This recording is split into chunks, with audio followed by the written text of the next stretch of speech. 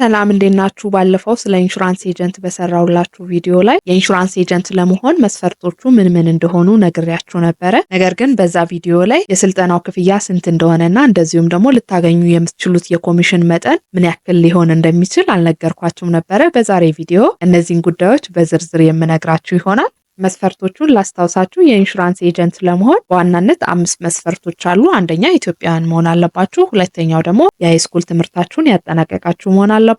ሶስተኛው ስለ ኢንሹራንስና ስለ ማርኬቲንግ ትሬኒንግ መውሰድ አለባችሁ። ይህንን ትሬኒንግ መውሰድ ያለባችሁ ለ77 ሰዓታት ነው። አራተኛው ደግሞ በእምነት ማጉደል ምክንያት በፍርድ ቤት የተፈረደባችሁ መሆን የለባችሁም። አምስተኛው ደግሞ ፕሮፌሽናል ኢንደሚኒቲ ኢንሹራንስ መግዛት ይጠበቅባችኋል። ፕሮፌሽናል ኢንደሚኒቲ ኢንሹራንስን የምትገዙት የንብረት ኢንሹራንስ ኤጀንት መሆን ከፈለጋችሁ የ20 ሺህ ብር ፕሮፌሽናል ኢንደሚኒቲ ኢንሹራንስ ፖሊሲ መግዛት ይጠበቅባችኋል። የ20 ሺህ ብር ፕሮፌሽናል ኢንደሚኒቲ ኢንሹራንስ ለመግዛት መክፈል የሚጠበቅባችሁ ፕሪሚየም ከ300 እስከ 500 ብር ቢሆን ነው። እንደ ኢንሹራንስ ካምፓኒው ይለያያል። ህይወት ነክ ኢንሹራንስን መስራት ከፈለጋችሁም እንደዚሁ በተመሳሳይ የ20 ሺህ ብር ፕሮፌሽናል ኢንደሚኒቲ ኢንሹራንስ መግዛት ይጠበቅባችኋል። ፕሪሚየም መጠኑ አስቀድሜ እንደነገርኳችሁ ነው። ሁለቱንም እንስራም ካላችሁ ትችላላችሁ፣ መብታችሁ ነው። ስለዚህ ሁለቱን እንስራ ካላችሁ ለእያንዳንዱ የ20 ሺህ ብር ፕሮፌሽናል ኢንደሚኒቲ ኢንሹራንስ መግዛት ይጠበቅባችኋል ማለት ነው። እንግዲህ የኢንሹራንስ ኤጀንት ለመሆን አንዱ ከሚያስፈልጋችሁ የ2 ሳምንት ትሬኒንግ መውሰድ ነው። ይሄ የ2 ሳምንት ትሬኒንግ የ77 ሀወር ነው። በዚህ ትሬኒንግ ውስጥ በዋናነት የሚካተቱት ስለ ኢንሹራንስ አይነትና የኢንሹራንስ አሰራር እንዴት እንደሆነ ጀነራል የሆኑ ነገሮችን ነው የምትወስዱት። ምክንያቱም በ2 ሳምንት ያን ያህል ዲቴል የሆነ ነገር ለመማር በቂ ጊዜ አይሆንም። የኢንሹራንስ ኤጀንት ለመሆን ግን መሰረታዊ የሆኑ ነገሮችን ስለ ኢንሹራንስ ትማሩበታላችሁ። እንደዚሁም ደግሞ ስለ ማርኬቲንግም ያው ሴልስ ኤጀንት ስለሆነ የምትሆኑት የተለያዩ አሰልጣኞች እየተፈራረቁ በ2 ሳምንት ጊዜ ውስጥ ያሰለጥኗችኋል ማለት ነው። እንግዲህ ስልጠናው ክፍያ አለው። የክፍያው መጠን በቀን 850 ብር ነው። ለ2 ሳምንት የሚሰጥ ስለሆነ በአንድ ሳምንት 6 ቀን ነው የሚሆነው። በሁለተኛውም ሳምንት እንደዚሁ 6 ቀን ነው። ስድስተኛው ቀን ግን ቅዳሜ ስለሆነ ግማሽ ቀን ነው። ስለዚህ ሁለቱ ቅዳሜዎች እንደ አንድ ቀን ይወሰዱና በቀን 850 ብር የሚከፈለውን በ11 ይባዛል ማለት ነው። ይሄ ደግሞ ሲሰላ 850 ብርን በ11 ስታበዙት 9350 ብር ይሆናል ማለት ነው። የስልጠናው ጠቅላላ ወጪያችሁ ማለት ነው። ነገር ግን ይህንን ወጪ ጠቅላላውን እናንተ ላትከፍሉት ትችላላችሁ። አብራችሁት ልትሰሩት ያላችሁት የኢንሹራንስ ካምፓኒ የተወሰነውን መጠን ራሱ ይከፍልላችኋል ማለት ነው። ይህ መጠን እንግዲህ እንደ ኢንሹራንስ ካምፓኒው የተለያየ ነው። አንዳንድ ኢንሹራንስ ካምፓኒዎች ግማሹን ይከፍላሉ። አንዳንዶቹ ደግሞ ከግማሽ በላይ ሊከፍሉ ይችላሉ። አንዳንዶቹ ደግሞ የተወሰነውን የስልጠና ወጪያችሁን ይከፍሉላችሁና ኮሚትመንት ግን ሊያስገቧችሁ ይችላሉ። አንዳንዶቹ ካምፓኒዎች ደግሞ ሙሉ የስልጠና ወጪያችሁን ሊከፍሉላችሁ ይችላሉ። ለምሳሌ አዋሽ፣ ኒያላ እንዲሁም መድን ድርጅት ሙሉ የስልጠና ወጪያችሁን ራሳቸው ይከፍሉና ነገር ግን ይህን በሚያደርጉበት ጊዜ ኮሚትመንት ሊያስገቧችሁ ይችላሉ። ከነሱ ጋር አብራችሁ እንድትሰሩ ለ2 ዓመታት ሊሆን ይችላል፣ ከዛም በላይ ሊሆን ይችላል፣ ወይም ከዛም በታች ሊሆን ይችላል። እንደየካምፓኒው ይለያያል። በነገራችን ላይ የመድን ድርጅት የኢንሹራንስ ኤጀንት በምትሆኑበት ጊዜ ትሬኒንጉ የሚሰጣችሁ ለ12 ቀን ሳይሆን ለ20 ቀናት ይሆናል። አሁን ባለው ሁኔታ እኛ ሀገር እየተሰጡ ያሉት የኢንሹራንስ አይነቶች በዋናነት በሁለት ምድብ የተከፈሉ ናቸው። የመጀመሪያው የንብረት ኢንሹራንስ ወይም ደግሞ ህይወት ነክ ያልሆነ ኢንሹራንስ ወይም ጀነራል ኢንሹራንስ የሚባለው።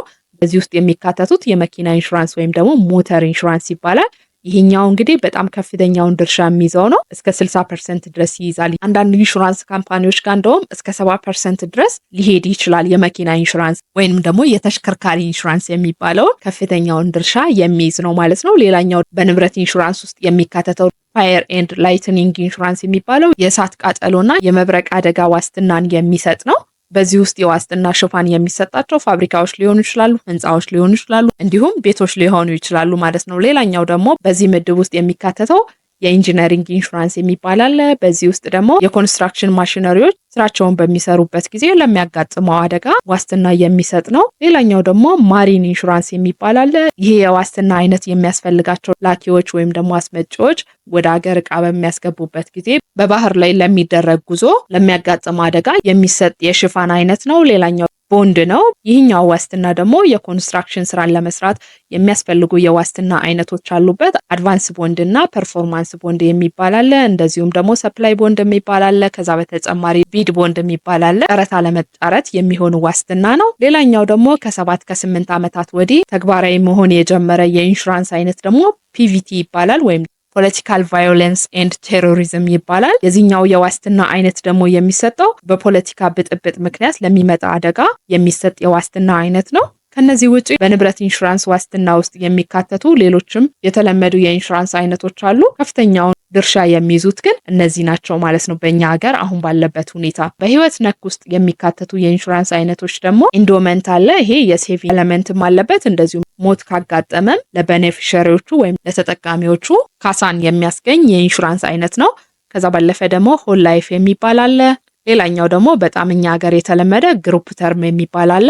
ይሄኛውን ብዙ ኤንጂኦዎች ለሰራተኞቻቸው የሚገዙላቸው የኢንሹራንስ አይነት ነው። ሌላኛው ደግሞ ኢንዲቪጁዋል ተርም ኢንሹራንስ የሚባልም አለ ማለት ነው። ነገራችን ላይ ህይወት ነክ የሆነው የኢንሹራንስ አይነት እኛ ሀገር ላይ ብዙም የተለመደ አይደለም። ካለው የኢንሹራንስ ሽፋን ራሱ የህይወት ነክ ድርሻው ከ7% አይዘልም። ከቅርብ ጊዜ ወዲህ ነው 7% ድርሻን መያዝ ራሱ የቻለው። እስከ ቅርብ ጊዜ ድረስ ካለው ጠቅላላ የኢንሹራንስ ሽፋን መጠን ውስጥ 5%ን ብቻ ነው ህይወት ነክ የሆነው የኢንሹራንስ መጠን የሚይዘው። ብዙም ያደገ አይደለም። ሌሎች ሀገራት ግን ባደጉትም ባላደጉም ሀገራት ውስጥ ከፍተኛውን ድርሻ የሚይዘው ህይወት ነክ የሆነው ኢንሹራንስ ነው። እኛ ሀገር ያለው ነገር ግን ተቃራኒ ነው።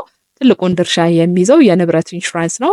እሱም ቢሆን አላደገም፣ ግን ካለውም የኢንሹራንስ ሽፋን ከፍተኛውን ድርሻ የሚይዘው የንብረት ኢንሹራንስ የሚባለው ወይም ጀነራል ኢንሹራንስ የሚባለው ነው። የህይወት ነክ ግን እንዳልኳችሁ እስከ ቅርብ ጊዜ ድረስ 5% ነበረ። አሁን ላይ ግን 7% አካባቢ ሆኗል ማለት ነው። እንግዲህ የኢንሹራንስ ኤጀንት ስትሆኑ የምትሰሩት ስራ እነዚህን የኢንሹራንስ አይነቶች የሚያስፈልጋቸውን ሰዎች ፈልጋችሁ አድናችሁ አግኝታችሁ አግባብታችሁ ከኢንሹራንስ ካምፓኒያችሁ ጋር ማገናኘት ነው የሚጠበቅባችሁ። ይህንን የኢንሹራንስ ስራ ፋሲሊቴት ማድረግ ነው የሚጠበቅባችሁ ማለት ነው። ስለዚህ ስለነዚህ ጉዳዮች መጠነኛ የሆነ እውቀት ስለሚያስፈልጋችሁ የ77 ሰዓቱን ትሬኒንግ መውሰድ ይጠበቅባችኋል ማለት ነው። እንግዲህ ይህንን ለማድረግ ደግሞ የተግባቦት ክህሎታችሁ፣ የማሳመን አቅማችሁን እንደዚሁም ደግሞ የማስረዳት ችሎታችሁ በጥሩ ሁኔታ የዳበረ ከሆነ በዚህ ቢዝነስ በአጭር ጊዜ ሀብታም የምትሆኑበት ነው። ምክንያቱም የምታገኙት ኮሚሽን ከፍተኛ ነው። ለምሳሌ ሞተር ኢንሹራንስ ከሆነ ያስገባችሁት ትንሹ ፐርሰንት የሚከፈላችሁ በሞተር ኢንሹራንስ ወይም ደግሞ የተሽከርካሪ ኢንሹራንስ በምታስገቡበት ጊዜ ነው። ከ5% እስከ 6.5% ድረስ ታገኛላችሁ። ለምሳሌ አንድ መኪና ኢንሹራንስ ያስገባችሁት የፕሪሚየም መጠኑ ወይም ደግሞ የአረቦን መጠኑ 50 ሺህ ብር ቢሆን የ50 ሺህ ብር 5% ትንሹን የኮሚሽን ፐርሰንት እንኳን ብንወስደው ማለት ነው። አንዳንድ ኢንሹራንስ ካምፓኒ እንደ መኪናውም አይነት ይለያያል። በእርግጥ እንደ ኢንሹራንስ ካምፓኒው ብቻ አይደለም የፐርሰንቴጁ መጠን የሚለያየው። አንዳንድ ኢንሹራንስ ካምፓኒ ላይ 5% ሊከፍል ይችላል፣ 6% ሊከፍል ይችላል፣ ወይም ደግሞ 6.5% ሊከፍል ይችላል። እንደዚሁም ደግሞ እንደ መኪናውም አይነት ይለያያል። ኤንዋይ ትንሹን ፐርሰንቴጅ እንኳን ብንወስድ ለመኪናው መከፈል ያለበት የፕሪሚየም መጠን 50 ሺህ ብር ቢሆን የ50 ሺህ ብር 5% 2500 ብር ይሆናል። ስለዚህ አንድ መኪና ዋስትና አስገብታችሁ 2500 ብር ታገኛላችሁ ማለት ነው። ነገር ግን በዚህ ስራ ላይ ከፍተኛ ኮሚሽን የምታገኙበት በፋየር ኢንሹራንስ ነው። በፋየር ኢንሹራንስ እንግዲህ ልታስገቡ የምትችሉት የቢዝነስ አይነቶች ፋብሪካዎች ሊሆኑ ይችላሉ፣ ህንፃዎች ወይም ደግሞ ቤቶች ሊሆኑ ይችላሉ።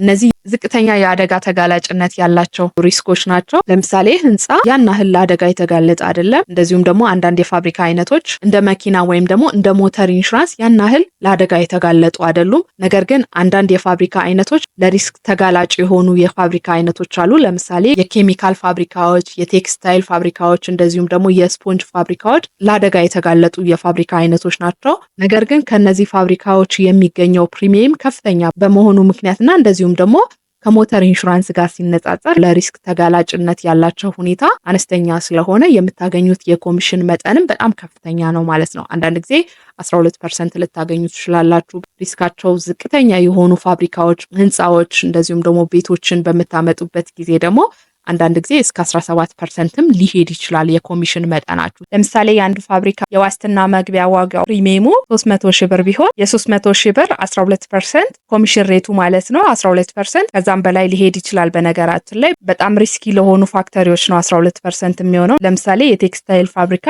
እስከ 12% ኮሚሽን ይታሰብበታል። ለዚህ ፋብሪካ መከፈል ያለበት ፕሪሚየም 300 ሺህ ብር ቢሆን የ300 ሺህ ብር 12% 36 ሺህ ብር ይሆናል ማለት ነው። ስለዚህ በጣም ትኩረት ማድረግ ያለባችሁ በፋብሪካ፣ በማሪን፣ በኢንጂነሪንግ፣ በቦንድ ከፍተኛ የሆነ ፕሪሚየም የሚገኝበት ክላስ ኦፍ ቢዝነስ ነው። አደጋውም ሲመጣ አንዴ ነው ይዞ የሚሄደው። ስለዚህ በጣም ጥንቃቄ መደረግ ያለበት የዋስትና አይነት ነው። ነገር ግን ፕሪሚየሙም ሲመጣ ከፍተኛ ስለሚሆን ከፍተኛ የሆነ ኮሚሽን የምታገኙበት ስለሆነ በጣም ትኩረት ማድረግ ያለባችሁ በእነዚህ የኢንሹራንስ ዘርፎች ላይ መሆን አለበት ማለት ነው። የመኪና ሲሆን የአደጋ ድግግሞሹ ወይም ደግሞ ፍሪኩዌንሲው በጣም ከፍተኛ ስለሆነ የምታገኙት ኮሚሽንም እንደነገርኳችሁ 5% ድረስ ሊወርድባችሁ ይችላል። ከፍ ካለም እስከ 6 እስከ 7% ልታገኙ ትችላላችሁ ማለት ነው። ስለዚህ ስትራቴጂክ ሆናችሁ ከሰራችሁበት በአጭር ጊዜ ውስጥ ሀብታም የሚያደርጋችሁ የቢዝነስ አይነት ስለሆነ በደንብ ተክታችሁ ልትሰሩበት ይገባል ማለት ነው። እንግዲህ ስለ ኢንሹራንስ ኤጀንት ያስኩላችሁ ቪዲዮ ይህንን ይመስላል። ከቪዲዮ ጠቃሚ ነገር ካገኛችሁ ላይክ፣ ሼር አድርጉ። ግር ያላችሁ ነገር፣ ተጨማሪ ማብራሪያ የምትፈልጉበት ነገር ካላችሁ በኮሜንት ልታሳውቁኝ ትችላላችሁ። ለእያንዳንዱ ኮሜንት ምላሽ እሰጣለሁ። ለቤኮ ቲዩብ እንግዳ ከሆናችሁ ሰብስክራይብ አድርጉ። አብራችሁኝ ስለቆያችሁኝ አመሰግናለሁ። ቻው